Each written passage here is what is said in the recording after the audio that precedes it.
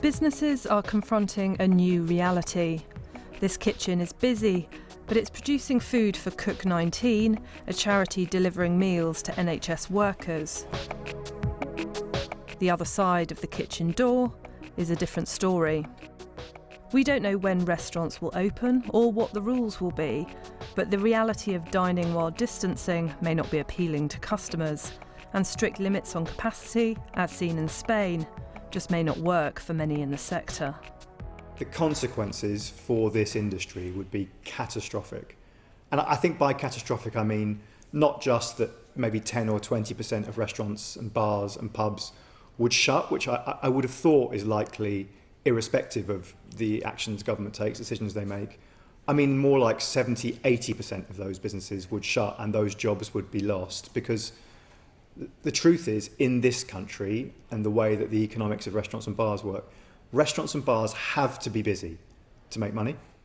The hospitality industry accounts for about 10% of UK employment. At Hawksmoor, the vast majority of its 700 staff are on the government's job retention scheme, known as Furlough.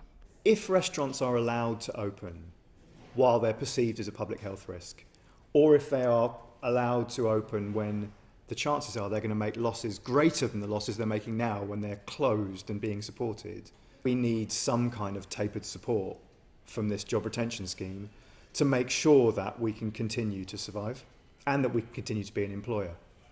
There is a deadline looming. The furlough scheme at the moment finishes at the end of June, but for businesses struggling with lockdown and wondering if they'll be able to operate profitably under social distancing, the pinch point comes before that. The consultation period for redundancies can be up to 45 days, so some companies are going to be starting to take decisions pretty soon. The furlough scheme currently pays 80% of the wages of staff who aren't working at all, up to a cap of £2,500 a month. It's estimated it could ultimately cover perhaps 8 million workers. Furloughing wasn't just about safeguarding people's incomes. It was about stopping businesses failing and keeping that link between employer and employee, which should make it easier to restart the economy. But with consumers wary and business struggling, that restart could be very slow indeed. And that presents a whole new risk. The success of the scheme has been preventing that wave of redundancies that we expected, but there is a real chance that actually all we've done is delayed them. And if the government can't find a way to ensure that there's a real easing off of the state aid that businesses are receiving, then there is a huge risk that actually a lot of those people that were furloughed will simply be moved on to a redundancy process and then ultimately will be left unemployed. British Airways this week announced up to 12,000 redundancies, nearly half the number of staff it furloughed. Ryanair today flagged 3,000 job cuts, and companies from travel to retail to manufacturing are trying to figure out how to operate after lockdown. It means the furlough scheme will need to change. We've published a report saying strongly they should consider allowing part-time working, or you could look at it on a sector-by-sector basis, but somehow the government has to put in place changes to the scheme that means we don't see that sort of delayed response, which does see millions more people, because that is the risk, millions more people becoming unemployed. The Chancellor said this week he plans gradual changes to government support, so a scheme estimated to cost as much as £14 billion a month could be with us for some time. As the skies clear after lockdown, there will be more calls to reduce furlough's generosity and to beef up provisions aimed at abuse or clawing back funds from companies whose profitability ultimately hasn't hugely suffered. That's not a debate here. I think the argument from restaurants, from bars, is that we're a relatively special case. We are mandated to shut, but also I think we're worth preserving. Restaurants are part of the social fabric of this country, right? But they're part of communities, or pubs and restaurants, part of communities, irrespective of the size of the town, village or city that you live in. All of that is at risk if we don't get these decisions right over the next few months. Spaced out tables, perspex screens or scaled down menus. Whatever post-lockdown brings, The challenge is to ensure too many businesses don't decide staying empty is preferable to operating half full. Helen Thomas, well, to discuss the future shape of the post-COVID economy and the role of government in supporting those who may be engulfed by the coming storm, I'm joined by Lord Heseltine, former Conservative Deputy Prime Minister. Soon I'll be joined by Frances O'Grady, the General Secretary of the TUC, and Mel Stride, the Chair of the Treasury Select Committee. Good evening. Now, Lord Heseltine, first of all, you have witnessed every post-war economic crisis. In terms of the breadth and the depth of this, how does it compare, do you think? Well, there's no comparison. This is much more serious. It must have complex interrelationships between the science and the medical side of our society and the job creation and job maintenance side.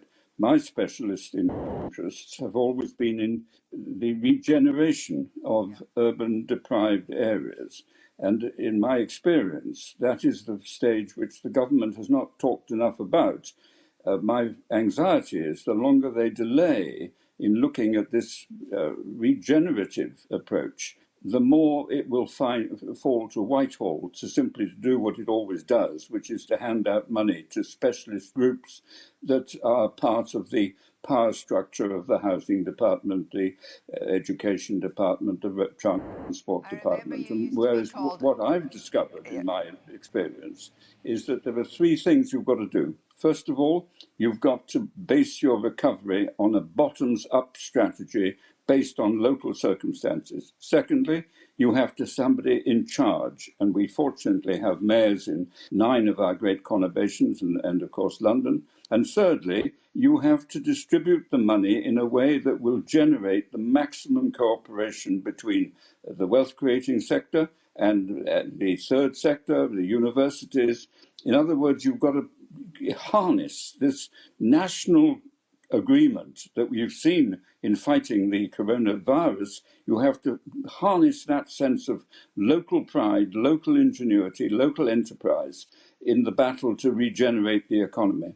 So, we're in a situation now where it's very clear there'll be no return to austerity. In fact, Boris Johnson said he didn't even like the word yesterday. So, no return to austerity. But how do you level up now? Because that was all about the debt the Tories owed for the last election of votes along the red wall coming to them. How do you level up in these areas? It's one thing saying there's going to be regeneration, but how do you stop the inequalities? Well, you level up by looking at the strengths and opportunities of the area and by mobilizing local support from people who live there, create jobs there, understand the challenges there, and are prepared to cooperate, working together. That's the first thing you have to see. You have to have somebody in charge, and then you have to use the money based upon what you can gear up from other people. The government, we know, the government has not only got the furloughing scheme, which is about preserving existing jobs, but there's a wall of public money which is now to be spent on the capital investment programs of the public sector. And instead of just spending that, for example, on roads or on housing, there should be a system whereby the local people say, if you build a road here, we will develop this particular site. If you give us a research grant for the universities, we will try and develop a science park. If you improve the local docks, we've got people who will inward invest. You have to think as the local people would think, as opposed to how Whitehall would traditionally think. Thank you very much for that. Frances O'Grady, figures from the US show that unemployment levels are not, those seen not since the Great Depression. In your view, we've already got some incredible statistics already in terms of industries which are suffering. What do you think that the figures will look like when the furlough scheme that you helped to design actually starts to taper away? It depends how we deal with this next phase. What's really important, I think, is to have a proper green industrial strategy that's jobs rich and puts jobs and skills at the heart. But we also need to ensure, as people have already said, that we taper this scheme so we get off this merry-go-round of when the next redundancy notice is going to be issued. And but that's the fact, isn't it? There are going to be redundancy notices issued. They just are. Not every job is going to be saved. I think we have to say that. Mel Stride, what do we do about that?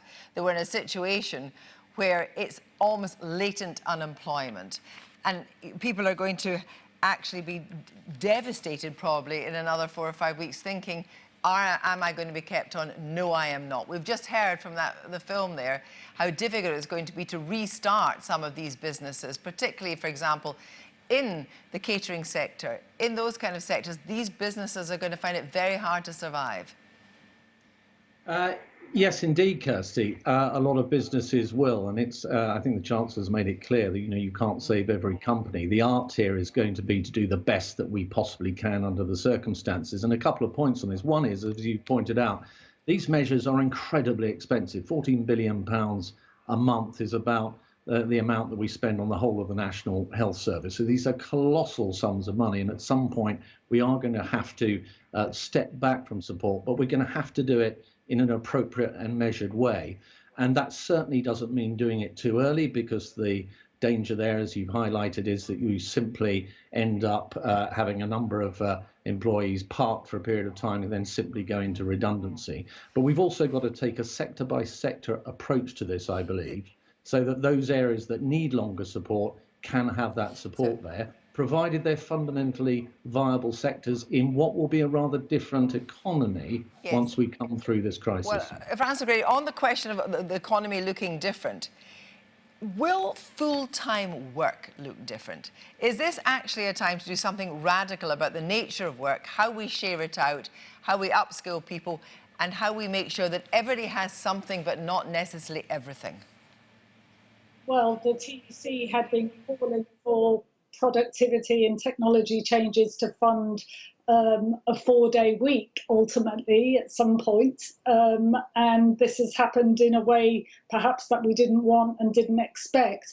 But I think what we will find is that we'll have a generation of workers who will expect much more flexibility from work.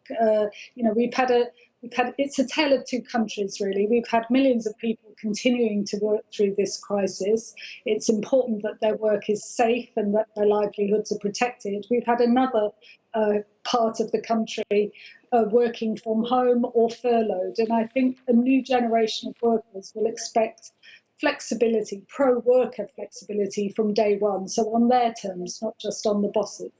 And Mel Stride, you were talking to us about the economic impact of that. I mean, it is possible in terms of the debt that, we've got a massive debt that could be with us for a very long time, and borrowing could rise to 38% of GDP this year. Have we just got to accept that that's the new world we live in, and that we are going to be a country of massive debt for a very long time? Well, in terms of affordability of debt, of course, it's not just the size of the amount that you owe, it's the interest that you pay on that debt. And the good news there is that at the moment, and I think for the foreseeable future, the government is likely to continue to be able to borrow at historically low interest rates. So in a sense, that's a very strong insurance policy when it comes to leaning further into debt. But I think inevitably, once we're through this crisis, we will take a different view of debt financing to that which perhaps we had a decade ago, and we're going to have to lean more into debt. Probably, as has been suggested, the appetite for cutting spending will probably not be there, and there'll be good reasons for spending in many areas, some of which Michael has just outlined. And of course, however, there will be implications here for tax further on down the line. And we talked earlier that you do think the tax burden should certainly not fall on the young just now. It fell on the young felt the fallout of 2008 more than anybody else. Briefly, Michael Heseltine, then, did you ever think you would see a Conservative Party which is of such huge, are such amazing interventionists, and will have to be interventionists for a very long time? Did you ever think you would see that? Well, all my life, as a senior cabinet minister, I have practiced interventionist policies.